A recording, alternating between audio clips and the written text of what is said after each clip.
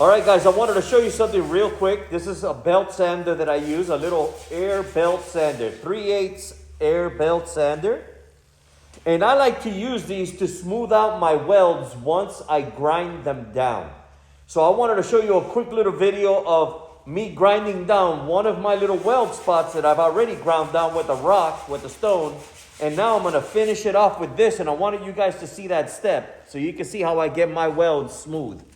So I'm going to get myself in position as well as my daughter with the camera.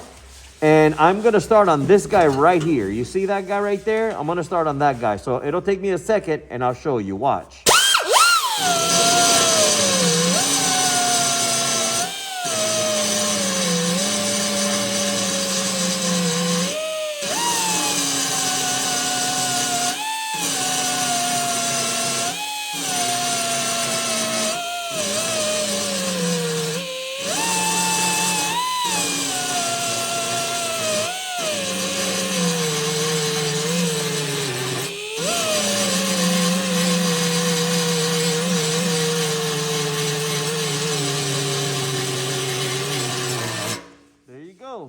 So that was a pretty quick little grind that I did there, a little sanding, but I wanted you guys to see it so you have an understanding of what it does.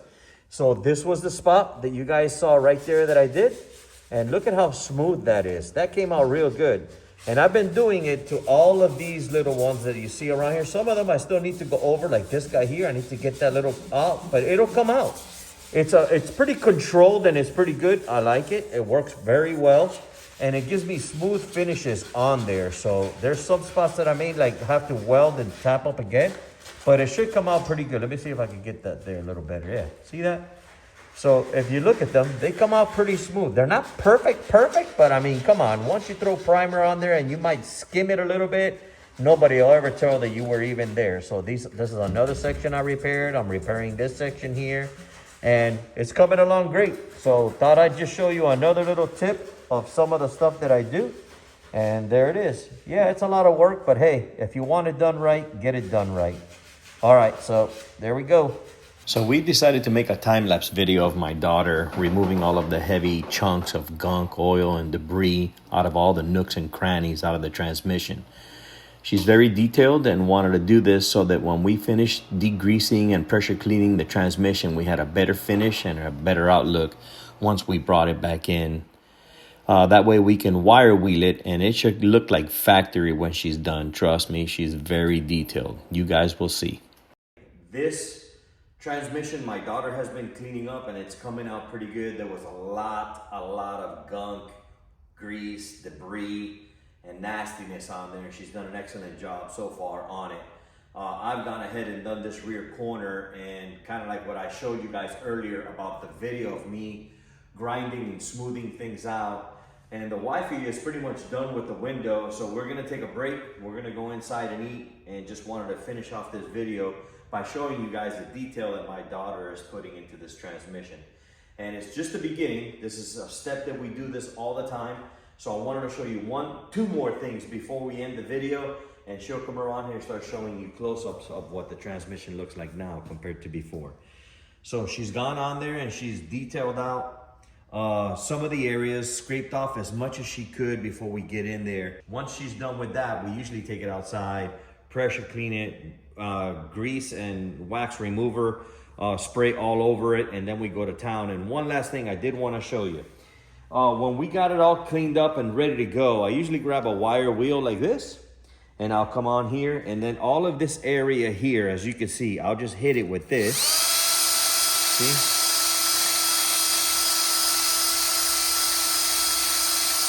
And look at how that transmission starts to come after.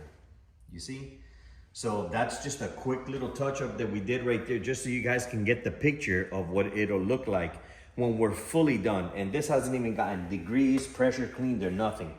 So this is a magnesium case. So we try to use a soft wire wheel. And once we're done, and you see when this is finished, you can appreciate the work that we've thrown into it. I wanted to show you one last thing down here, and it's where I was sanding earlier and grinding. And let me have it and I'll show them. So We're still on the rear corner of the bus and we're still working it. And it still takes a lot, you know, some time. But look at how that's come out already compared to earlier when I showed it to you guys. Now it's at least starting to get some form and shape, and you can start seeing, you know, that it's closing up. So we are going to still cut out here a little bit more, giving me access to this area right here. And I'm going to be putting a new piece of metal. Once I'm done with that in that corner right there, I still have a couple little spots, but this will be complete. Like this battery tray on the driver's side will be complete. And I'll do the same thing, the same method of smoothing it out on the inside.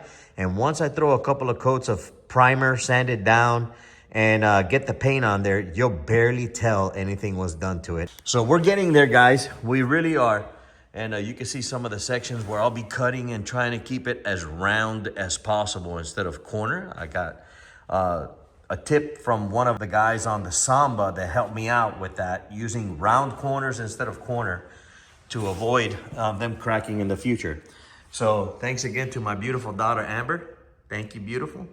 And here we go. So stay tuned. Hopefully this transmission will come together a little faster than I even expected.